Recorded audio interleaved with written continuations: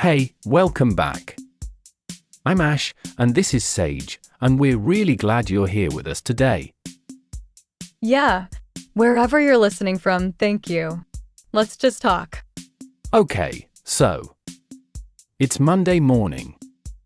I just sat down with my coffee, and my laptop already has 14 unread messages. 14? That's actually not that bad.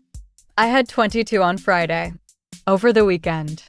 22 new messages over the weekend, Ash. Over the weekend? That's too many.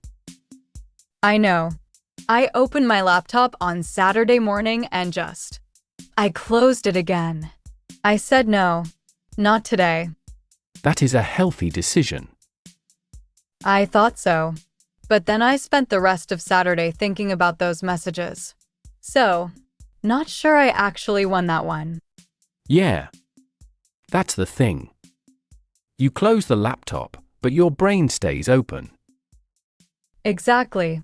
It's like your body is resting, but your mind is still at work. Still typing. Still in the meeting. I know that feeling. I had a week like that last month. A really difficult week. There was a big presentation, and my manager changed everything 2 days before. Oh no. Yeah. 2 days before. And I had to redo a lot of it. And the whole time, even when I was at home, even when I was eating, I was thinking about slides. That is so stressful. Did the presentation go okay? It went fine. Actually, it went better than I expected. But I was so tired after. I think that happens a lot. You work so hard for something, and then it goes well, and you still feel exhausted. Like your body waited until it was safe to fall apart. That's a really good way to say it. Your body waited until it was safe. Does that happen to you too? After a big work moment, do you feel tired after, even when it goes well? I think a lot of people feel that way. And it's okay. Good. Because I felt that way after my last performance review. It went well. My manager was positive. But I went home and I just sat on the sofa and did nothing for 2 hours. That sounds exactly right. Yeah, I think I needed it. Listening is okay too, by the way. If you are just listening right now, you are not doing nothing. You are working. English is going in quietly. Yeah, just breathe. No pressure. We're just talking. So, let me ask you something, Sage. How are you feeling about this week? Like right now. Monday morning. 14 messages. No, wait, that's mine. Huh. Mine are already answered, actually. I answered them this morning. Early. Wait, how early? Too early. 7:15. That is too early. I know. But I couldn't sleep. And I thought, okay, if I can't sleep, I might as well clear my inbox. And then I felt a little better. A little. Not completely. Clearing your inbox is a good phrase, by the way. It just means finishing all your emails. Making the inbox empty. Or at least emptier. Mine is never truly empty. Same. But you say I cleared my inbox or let me clear these emails first and it sounds natural. It sounds professional. You can say that. Just try it. Let me clear my inbox first. Easy sentence. Calm. Okay, so this week, I actually have a lot of meetings. 3 on Tuesday. 2 on Thursday. Oh, that's a heavy week. Yeah. And one of them is with a new client. Someone I haven't spoken to before. Oh, those are the nerve-wracking ones. They are. Even for me. Even though I've done many client calls before, there's still a moment before the call where I think, what if I forget a word? What if I say something wrong? Yes, that feeling is so real. You prepare everything. You know what you want to say. And then the call starts and your brain just goes quiet. And then you say something like, the thing is, what I mean is. Huh. Yes, I do that constantly. What I mean is, I say that in almost every meeting. Honestly? What I mean is a great phrase. It gives you a moment. It buys you time to think. And it sounds completely natural. Really? Really. Native speakers say it all the time. What I mean is, we need a bit more time. What I mean is, I think we should check that again. It's not a mistake. It's just a language happening naturally. Okay, that makes me feel better. Good. And honestly, mistakes in meetings are very normal. Very, very normal. Have you had a really embarrassing meeting moment? Like a truly difficult one? Yes. I have a good one for this. Oh, please tell me. I need to hear it. Okay. So, about 2 years ago, I was on a Zoom call with about 8 people. A mix of clients and my own team. And I was supposed to share my screen. I thought I shared my screen. I clicked the button. I started talking about the slides. For about 4 minutes. Oh no. And nobody could see anything. They were just watching me. For 4 minutes. Talking at a blank screen. Ash. No. And finally, someone said, very kindly, we can't actually see your slides. Oh, I would have wanted the floor to open and swallow me completely. I did. I completely did. I said, oh, I'm so sorry, let me try again. And I smiled. And I fixed it. And we continued. And did anyone say anything after? One of my teammates messaged me after. She said, you handled that really well. And honestly, that message meant so much to me. That's so nice. A small message can change the whole feeling of a moment. Completely. And do you know what I learned from that? What? How to say I'm so sorry, let me try again very calmly. Very professionally. Because that sentence, if you say it calmly, it actually builds trust. People think, okay, this person is in control even when something goes wrong. That's such a good point. I'm so sorry, let me try again. That's a sentence worth keeping. Say it slowly if you want. I'm so sorry, let me try again. I'm so sorry. Let me try again. Yeah, that feels comfortable.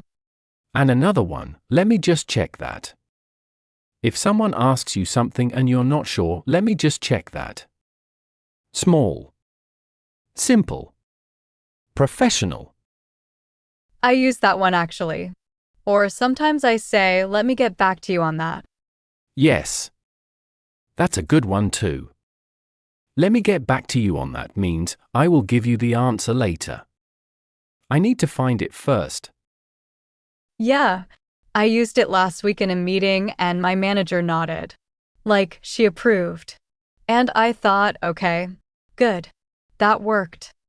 It always works. Because it shows you are careful. You don't just say anything. You check first. I think that's actually more professional than pretending you know the answer. Exactly. Pretending to know. I've done that. We've all done that. Oh, very much yes. Someone asks you something in a meeting and you sort of nod. And say, yeah, I think that's right, and inside you're thinking, I have no idea. None. Zero. I am nodding at a mystery. Huh. Nodding at a mystery. And then later you quickly message someone. Hey, can you check something for me? I sort of agreed to something in that meeting. Ha! I have absolutely done that. 100%. These things happen. It's okay. Work is not a test where you have to know everything. That's right. Work is a place where you figure things out together. With your team. With your manager. With your co-workers. Nobody knows everything. That sounds obvious, but it doesn't always feel obvious when you're sitting in the meeting. No. In the meeting it feels like everyone knows everything and only you are lost. Yes. That's exactly how it feels. Have you felt that? Like everyone in the room seems so confident and you're the only one thinking, am I in the right meeting? Every time I started a new job. Every single time. Really? Even you? Even me. Especially on the first week. Everyone is talking very fast. Using words I don't know. Saying names of projects, names of tools, abbreviations, and I'm just smiling. The polite smile. The yes, of course I understand smile.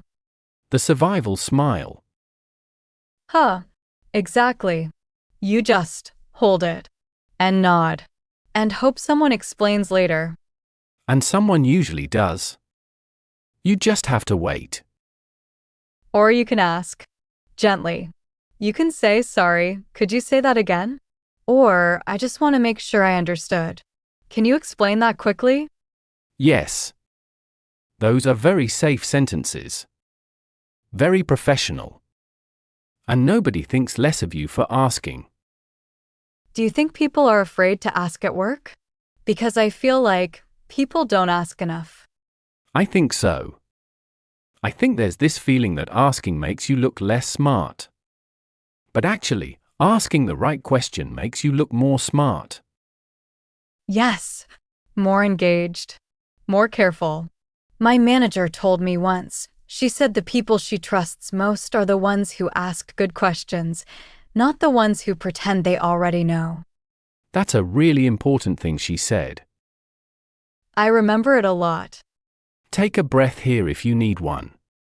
We're going a little slower now. Just listen. You're doing well. Actually, can I share something that happened to me last week? A small moment, but it stayed with me. Of course. Go ahead. So we had a team meeting. About 12 people. And my manager asked for ideas. New ideas for our project. And I had an idea. I actually had a clear idea in my head. Good. Did you share it? I tried. I started to speak. And then someone else started speaking at the same time. The overlap moment. Yes. And I stopped. And they continued. And my idea just disappeared. Into the air. Did you bring it back later? No. I thought about it. I almost did. But by then we'd moved on and I thought, no, the moment is gone. I think that happens to a lot of people. Especially in big group meetings. I felt a bit invisible after that. Which sounds dramatic. But that's how it felt. It doesn't sound dramatic. It sounds real. And honest. Yeah.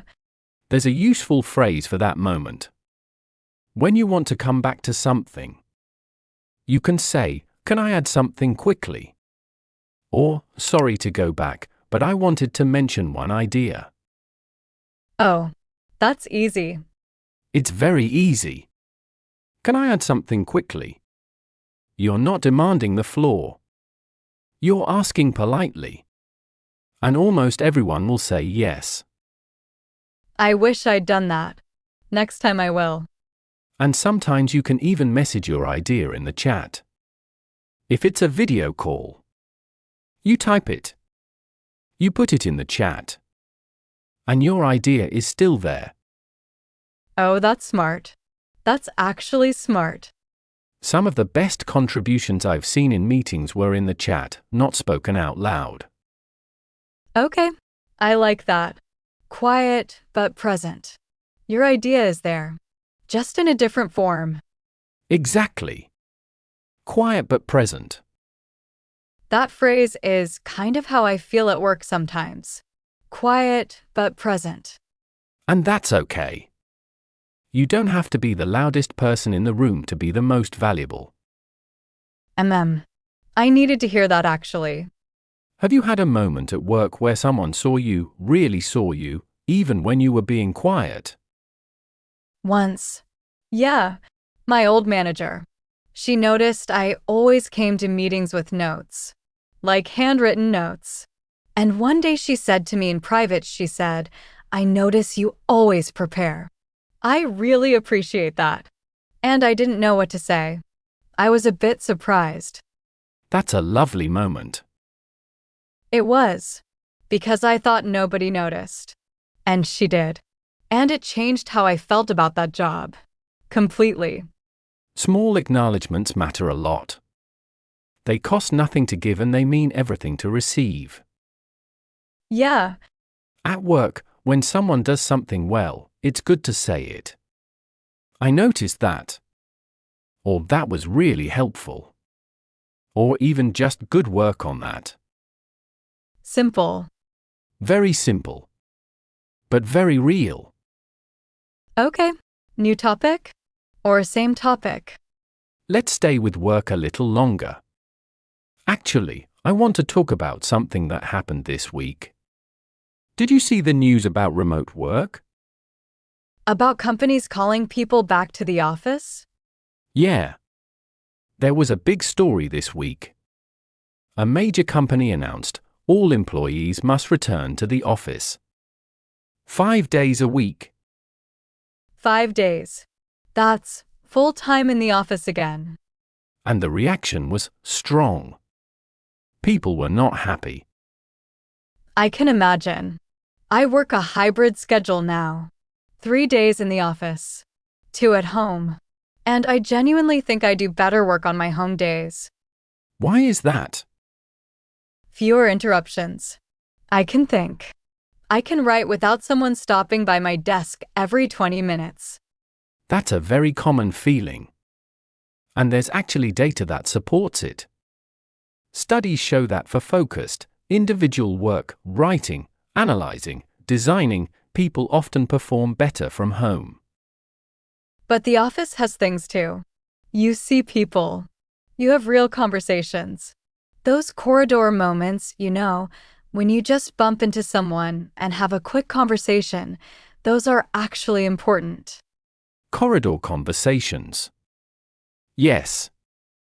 They can't really happen on Slack. No.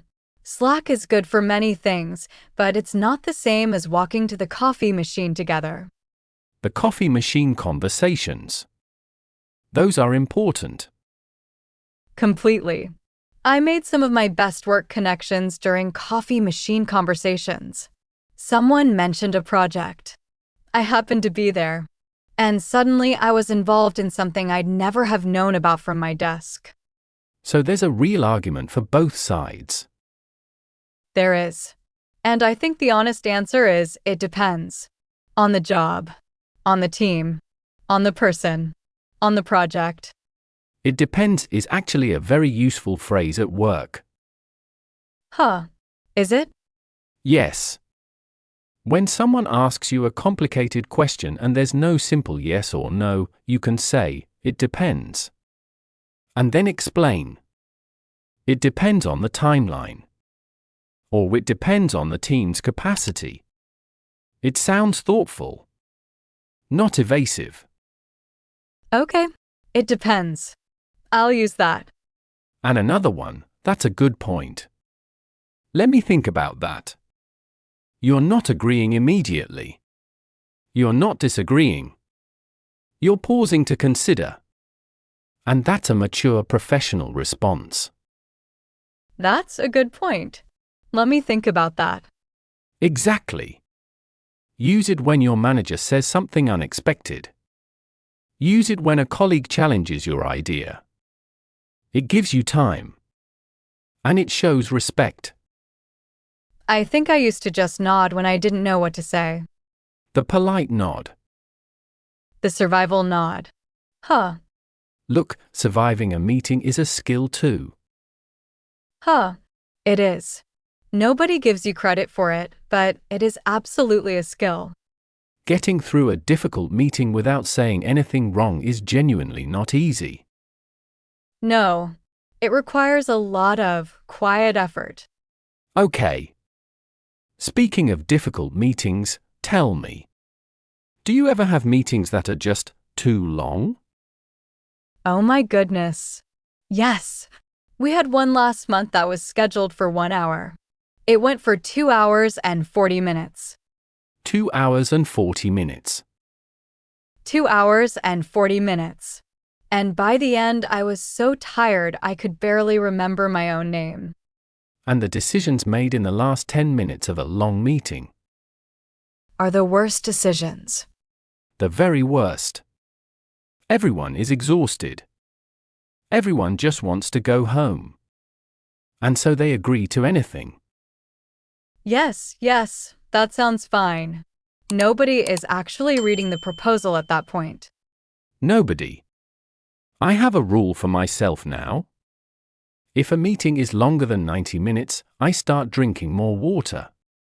Because at least then I have a reason to leave the room occasionally. Huh, that's actually genius. Very strategic. You know, there's actually a growing conversation in workplaces about meeting culture. The idea that maybe we have too many meetings. That conversation has been happening for a long time. And it's still happening because nothing changes. True. The meeting about reducing meetings is itself a meeting. Yes. Someone once told me their company had a standing meeting to discuss which meetings could be canceled. That is deeply ironic. Completely ironic, but also very believable. Have you ever tried to suggest a shorter meeting? Like in your own team? Once, I suggested we change our weekly Monday team meeting from 1 hour to 30 minutes. And? My manager actually liked the idea. We tried it. And it worked. We still covered everything. We were just more focused. Because when you have 30 minutes, you use 30 minutes. When you have 60, you use 60. Even when there's nothing to fill the time with. Exactly. The meeting expands to fill the time available. That's actually a famous idea. Parkinson's law. Is it?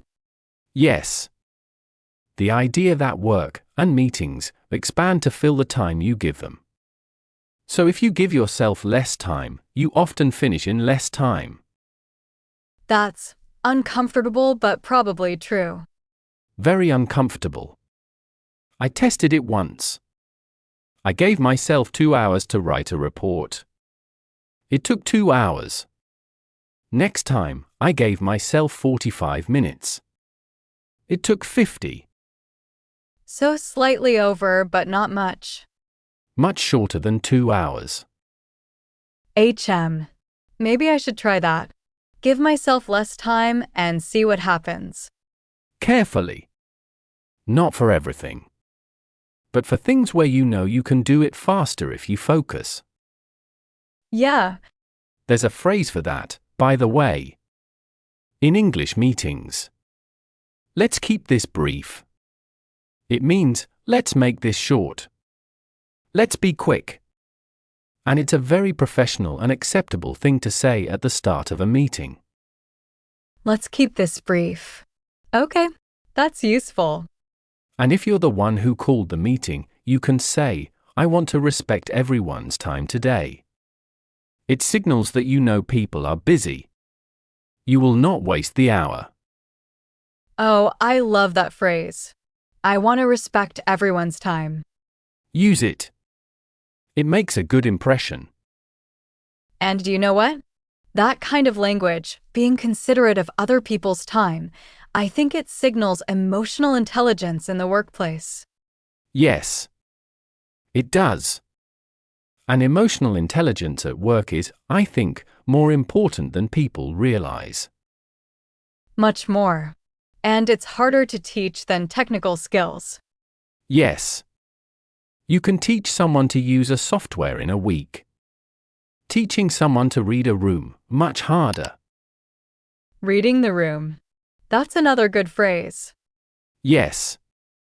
Reading the room means understanding the emotional atmosphere around you. Knowing how people are feeling. Adjusting your communication accordingly. Like, noticing that your manager seems stressed today, and maybe choosing not to bring up the difficult project right now. Exactly. Timing matters in workplace communication. Saying the right thing at the wrong time is almost as problematic as saying the wrong thing. I've learned that. Slowly. Over years. Most people do. It's not something you learn from a textbook. It's learned from experience. From mistakes. From watching people react to things. And from good conversations. Like this one. Yes. Like this one. Okay. Let me go back to something you said earlier. About feeling invisible in a meeting. I've been thinking about it. Oh yeah. I think a lot of people feel that. Especially if English is not your first language. You have the idea. You have the thought. But by the time you find the right words, the conversation has moved. Yes. Exactly that. You're translating in your head and the moment passes. And it can feel really isolating. Isolating. Yes. That's the word. And I want to say something about that. Because if you are listening to this right now and you feel that at work, you are not alone. And it gets easier. Slowly. But genuinely easier.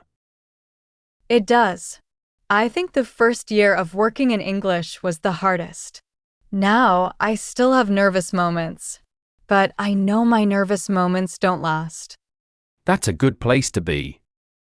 Knowing that the nervous feeling is temporary. And breathing helps. Actually, physically slowing down your breath, it helps more than I thought. Before a meeting? Before and during.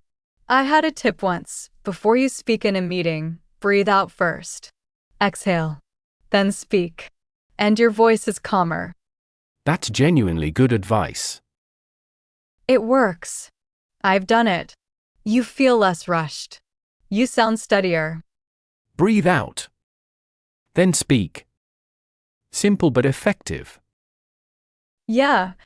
Let me slow down here for a second too. If you're commuting right now, or walking, or doing something at home, just breathe. Let the English come. You don't have to catch everything. Just let it flow around you. We're not going anywhere fast. Take your time. Okay. So, I want to talk about something else that's been big in workplace news this week. The topic of AI at work. And specifically, people worried about their jobs. This is a real conversation right now. Very real. Yes. There was a report this week. A major research company published data. They said that in the next few years, many office tasks will be partly automated. Assisted by AI. Partly automated. Meaning, a machine helps do part of the job. Yes. Not replacing. But changing. The way the work happens. How do you feel about that? Honestly? I think the fear is understandable. But I also think the conversation is more complicated than AI will take your job. Yeah, it's more like AI will change what your job looks like. Exactly. If you work in writing, AI can draft a first version. but someone still needs to check it. Shape it. Add the human feeling. If you work in data, AI can process numbers faster. But someone still needs to understand what the numbers mean and explain them to real people. And explaining things to real people, that will always need a human. I think so. Because communication is not just words. It's tone. It's reading the person. It's adjusting when something isn't landing.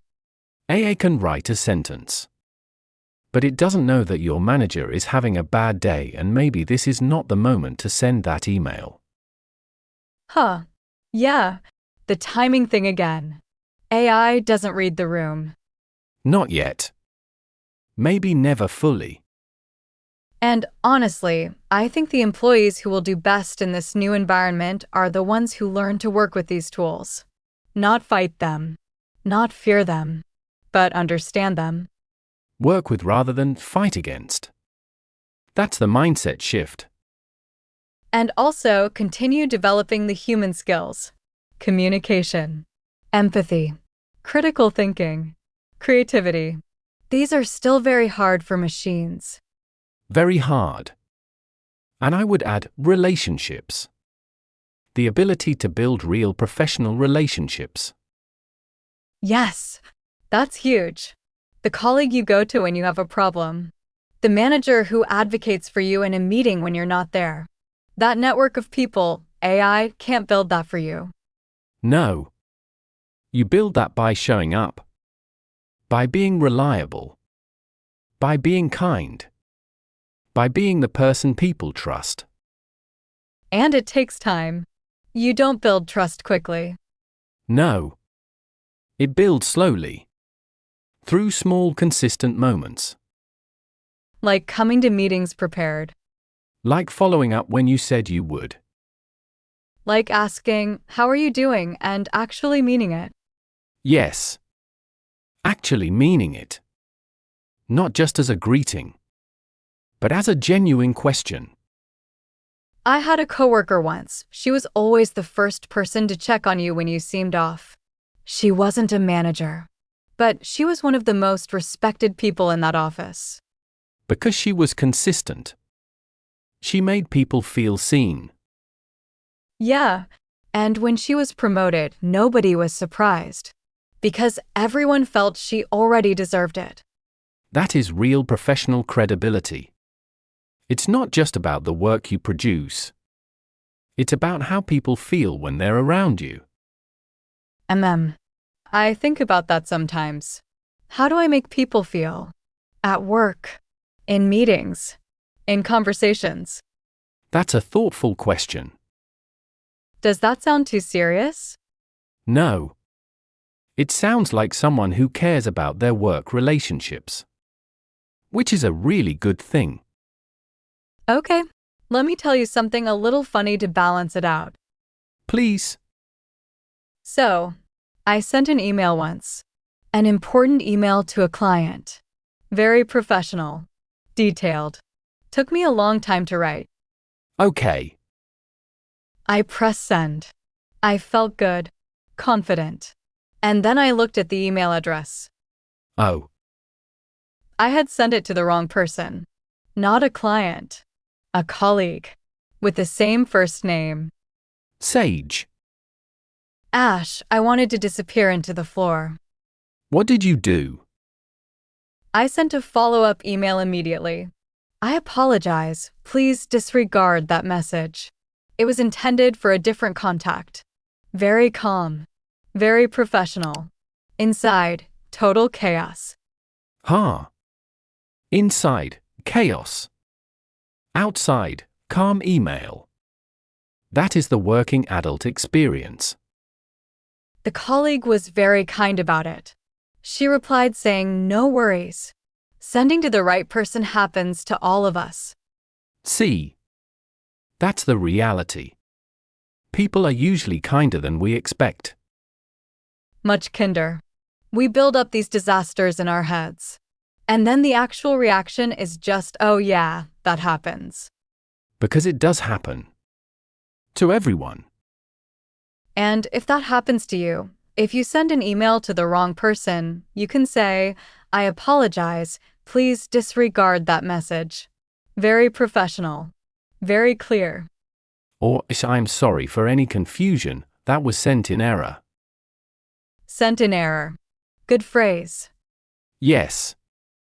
It means, that was a mistake. This was not intentional. And it sounds much more professional than just saying, oops, wrong person. Huh.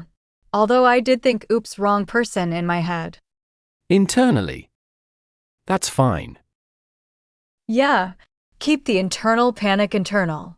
Show the professional calm externally. That's the skill. And it is a learnable skill. It really is. I've gotten better at it. Even though I don't feel confident all the time, I've learned to look confident. And sometimes that's enough. Sometimes looking calm helps you become calm. It's a loop that works in your favor. It does. Okay, speaking of confidence, let me share something I read this week. It's related to something real. About workplace communication. Go ahead. So there's a growing conversation about speaking speed in meetings. Specifically, many professionals who use English as a second language feel pressured to speak faster. To sound more fluent. I know this pressure. And the data actually shows the opposite. That speaking slightly more slowly, with clear pauses, is more effective in professional settings. Not less. Really? Yes. Because clarity beats speed. If people can follow what you're saying, if they understand every word, you have much more impact than someone who speaks very fast but is hard to follow. That's genuinely reassuring. I think a lot of people try to rush through their sentences because they're afraid of silence. But silence is actually your friend in professional settings. How so?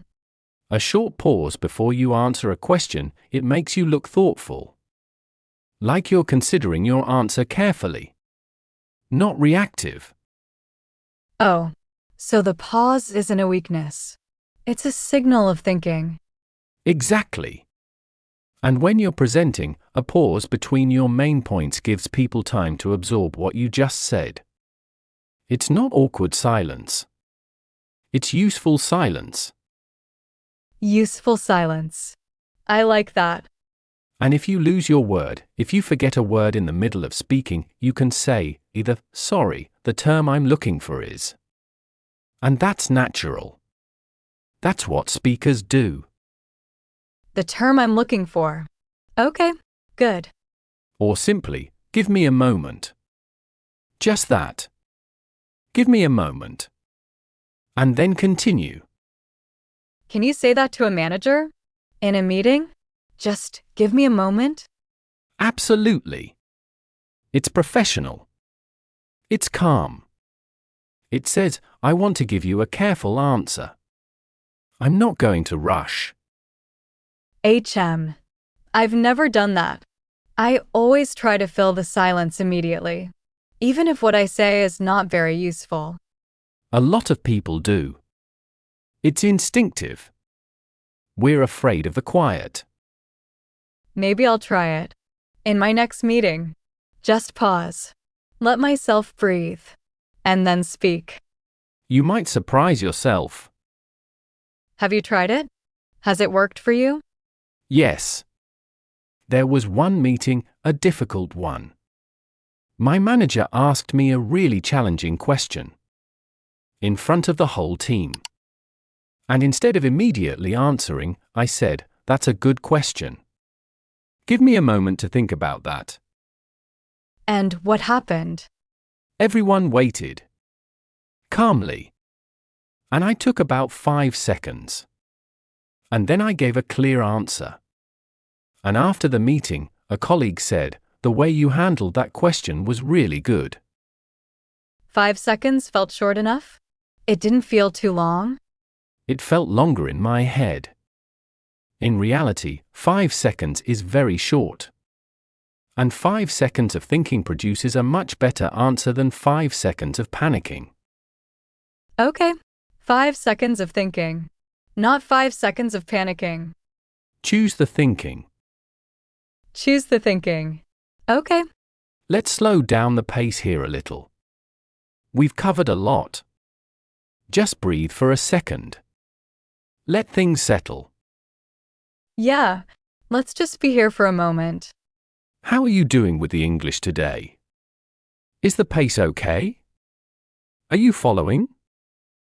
I think if you're listening and you've made it this far, you're doing really well, even if you didn't catch every single word.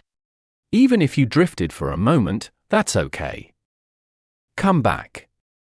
We're still here. That's the thing about podcasts. They wait for you. The conversation is here whenever you're ready. Yeah. And your English grows from this. Even when it doesn't feel like it. Listening is never wasted. Even passive listening. Even in the background. The brain absorbs more than you realize. Okay, I want to go back to something. The topic of AI at work, because I have a question for you. Go ahead. Have you personally started using any AI tools at work? In your day-to-day? Yes. I have. For some things. Like what? Mainly for first drafts. If I need to write a meeting summary, I'll sometimes use an AI tool to create a rough version. And then I edit it. Add my own voice. Fix the things that don't sound right. Does it save time? Yes and no. It saves time on the blank page problem. You know, when you sit in front of an empty document and don't know where to start. Oh, that feeling. The blank page problem. I know it well. The AI gives you a starting point. And from there, it's easier to shape and improve. But you still need to know what's good, what's accurate, what sounds right. Yes. That's the critical part. AI makes mistakes. Confident mistakes. Very fluent mistakes. And if you don't know the subject well, you won't catch them. So you can't just copy and paste. Definitely not. You have to review everything. And have judgment. And know your audience. Knowing your audience. That's such an important communication skill anyway. Always. Whether you're writing an email or giving a presentation or chatting to a colleague, you need to know who you're speaking to. What they need. What they already know. What tone they'll respond to. And AI doesn't know your manager, or your team, or the specific culture of your company. No. It knows language. But it doesn't know your context. And context is everything. Context is everything. Yes. Here's a phrase worth knowing. I'll tailor this for the audience. It means I will adjust my communication to fit the specific people I'm speaking to. Tailor. Like a tailor who adjusts clothes. Exactly. You tailor a message. Make it fit the person. The situation. The moment. I'll tailor this for the audience. I'll use that. And another one, I'm adjusting my approach. It means I'm changing how I'm doing this. To fit the situation better. These are both very confident-sounding phrases. They are.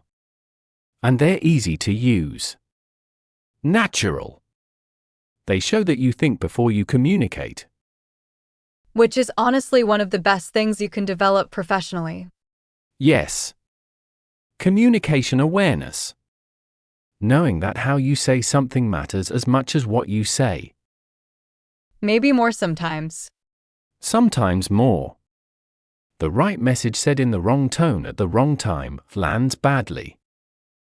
And the simplest message said with the right calm and clarity lands perfectly. Yeah. That's something I had to learn. I used to think if I had a strong argument, it would just work. On its own. And it doesn't? Not always. How you present it matters enormously. Your tone. Your energy. Whether people feel respected when you're saying it. That took me a long time to learn too. I used to get frustrated in meetings when my ideas were ignored. And I thought, why? The idea is good. And then slowly I realized, maybe it's not just the idea. Maybe it's how I'm presenting it. And that's a really honest reflection. It was uncomfortable to admit, but useful. Most useful things are a little uncomfortable. Yeah, I started working on it. I started listening more to how other people presented their ideas, how they framed things, what language they used when they needed people to agree. Like what? Like, I think there might be an opportunity here. Instead of just, I have an idea. The word opportunity makes it sound like something positive, something not to miss. That's smart framing. Or, what if we tried this? Instead of, we should do this. The what if invites people. It doesn't push them. What if we tried this? Yes. Much more collaborative sounding. And people respond better when they feel invited, not told. Yes. Nobody likes being told. Even if the idea is right. So the language you use to present an idea is almost as important as the idea itself. In a professional environment, yes. Absolutely. Wow. Okay. I feel like I'm learning a lot from this conversation. Not just English, but like, work things. That's the idea. It all comes together. Yeah. Let's pause for a second. If you're listening right now and you've been following along, how are you feeling? Does any of this feel familiar from your own work life? Have you had a meeting that went badly and you learned something from it? Or a conversation with a manager that you handled better than you expected? Or even just a small moment, a word you used that felt natural, and someone responded well? Notice those moments. They're building blocks. Each one adds something. Even the difficult ones.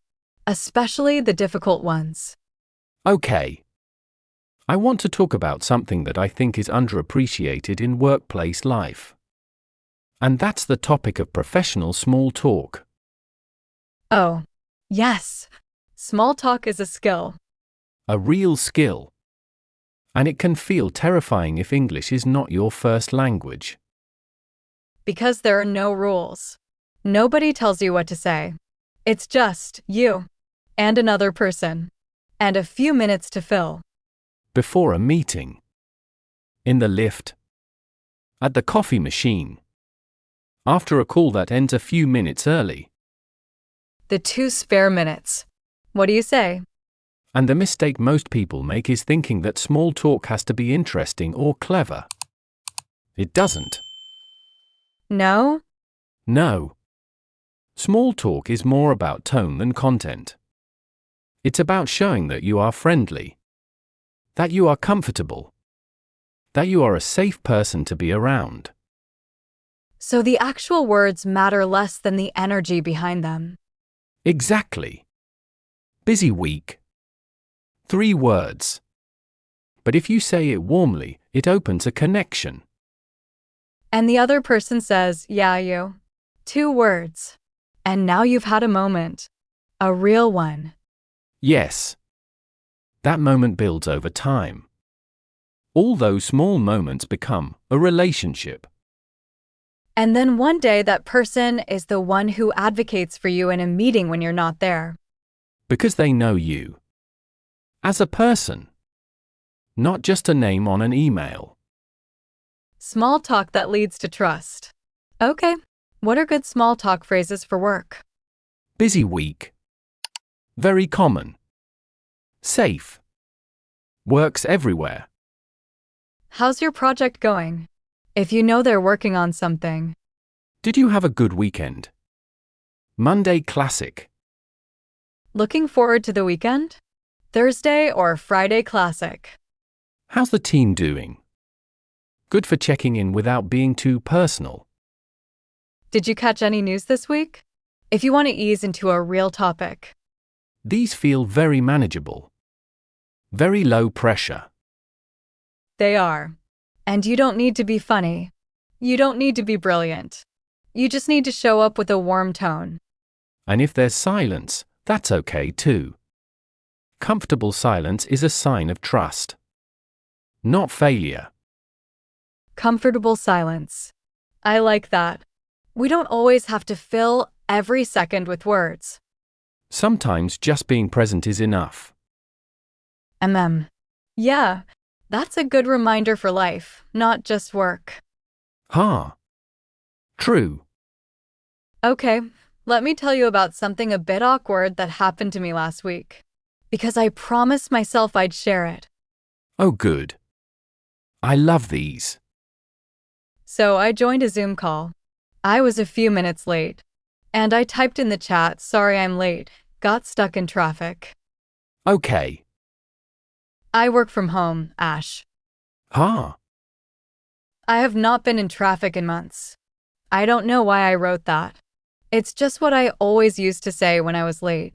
And my brain just did it automatically. Did anyone notice? Yes. My colleague replied in the chat.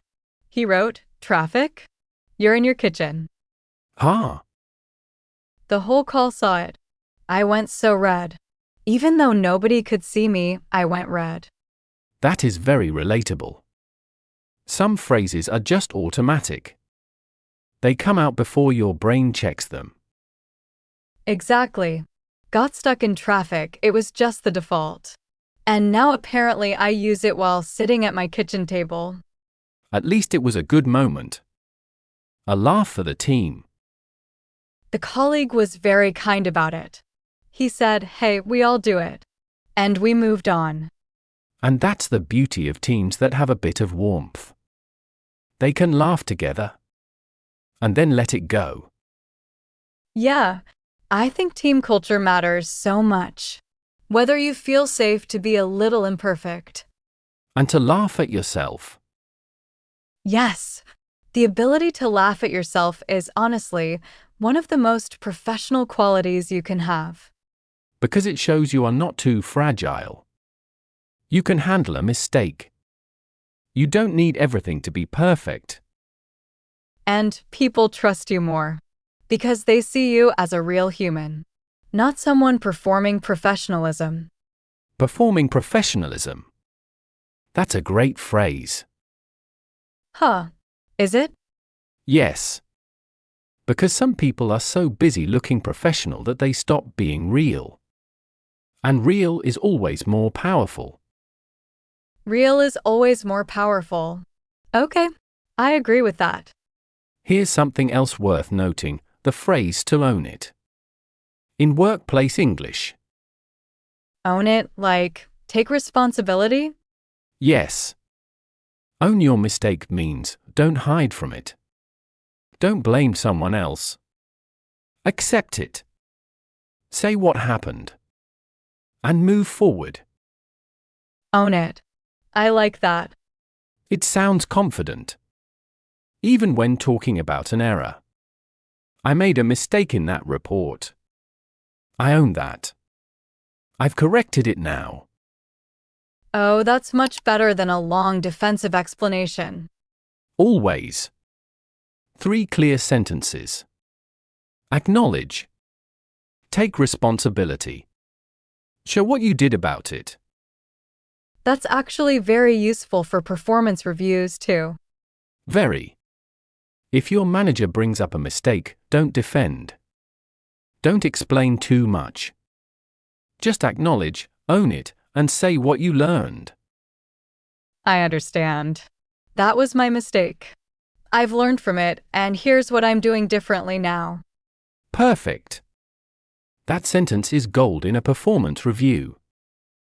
I'm saving that one. Good. Okay, we're getting close to the end. I can feel it. but I want to make sure we talk about one more thing. Burnout. Yes. Important topic. Because I think a lot of people listening might be feeling some version of it right now, and not naming it. What do you mean by not naming it? Like, they're exhausted, but they think, well, I'm not sick. I'm not in crisis. I'm just tired. So it doesn't count. So they keep going. And then the tiredness builds. And builds. Until one day. One day they're sitting in a meeting, a completely normal meeting, and they realize they've been staring at the wall for 5 minutes and heard nothing. Or they open their email and just feel nothing. No energy. No motivation. Just flat. Yes, that flatness. That's a sign that your body and mind are giving you a message. And the message is rest. Not more effort. Not more productivity hacks. Just rest. How do you rest when there's still work to do? That's the question. And I don't think there's a perfect answer. But small things help. Stepping outside for 10 minutes. Not checking messages for 1 hour. Eating lunch away from your desk. These sound small. They are small. But they add up. They signal to your nervous system you are safe. You can slow down for a moment. I think people forget they have permission to slow down. Yes. There's this culture in many workplaces that equates busyness with value. As if, the busier you are, the more important you are. And it's simply not true. No. The most effective people I've worked with, they are calm. They work steadily. They take breaks. They know their limits. They're not constantly on. No. Being constantly on is not sustainable. And it is not a sign of strength. It's a sign that something needs to change. What do you do when you're feeling burnout? What actually works for you? I step back from screens for an hour. I take a walk. No podcast, no music, just walking and thinking. Or not even thinking. Just being outside. The walking with no input. That's harder than it sounds. It is. Your brain wants something to consume. But that quiet, it does something. It lets your mind settle. I have a version of this. I make tea. Very slowly. Like a whole process. I boil the water. I watch it. I wait. I don't rush it. And by the time the tea is ready. I feel slightly more like a person. That's all you need sometimes. Slightly more like a person. Exactly. And a phrase worth knowing, I need a moment to reset. At work. If someone can see you're running low, you can say that. I just need a moment to reset. Reset. Like a device that needs restarting. Exactly. And people understand it. It's honest. It's professional. It doesn't overshare. I just need a moment to reset. Yeah, I could say that. And if your manager checks on you and you don't want to go into detail, you can say, I'm a bit stretched at the moment, but I'm managing. A bit stretched. Like a bit pulled in many directions. Yes. It acknowledges that things are busy. Without asking for anything. Without oversharing. And most managers will hear that and ease off a little. Good. Useful. I'll remember that. I'm a bit stretched at the moment. And then, I'm managing. I'm managing is a calm sentence. It says, it's hard. But I'm okay. And sometimes that's exactly the message you need to send. Yeah. Okay. Let's come in for a landing. We're getting close. Already? We've been talking a long time. In a good way. Yeah, in a good way. I feel like we covered a lot. We did. Meetings. Emails. Small talk. AI at work. Burnout. Confidence. Presentations. And many small phrases along the way. Let's just do a very gentle recap. Not formal. Just casual. Let me just check that when you need a moment to find an answer. Let me get back to you on that when you need more time. What I mean is when you want to rephrase something. Can I add something quickly? When you want to speak up in a meeting. Let's keep this brief when you want to signal a short meeting.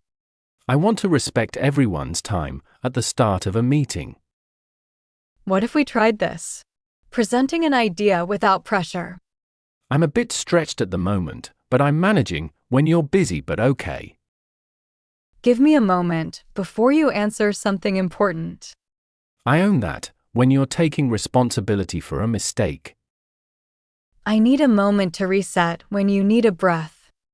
All of these, calm, clear, professional, human. And all of them usable tomorrow. At work. In a real situation. That's the goal. Not perfect English. Usable English. Usable English. I think that's the most important idea from today. Perfect English can wait. Confident, usable, honest English, that starts now. With wherever you are. With whatever level you have today. Every conversation is practice. Every meeting is practice. Even listening right now, this is practice. And you don't have to be brave all at once. Just a little braver than yesterday. A little braver than yesterday. That's the pace that actually works. Okay. So if you're heading into a hard week at work, a big meeting, a performance review, a difficult conversation, a new project, I hope this conversation helped you feel a little calmer. A little more prepared. A little less alone. Because these things, the nerves, the mistakes, the moments of not knowing the word, these are shared.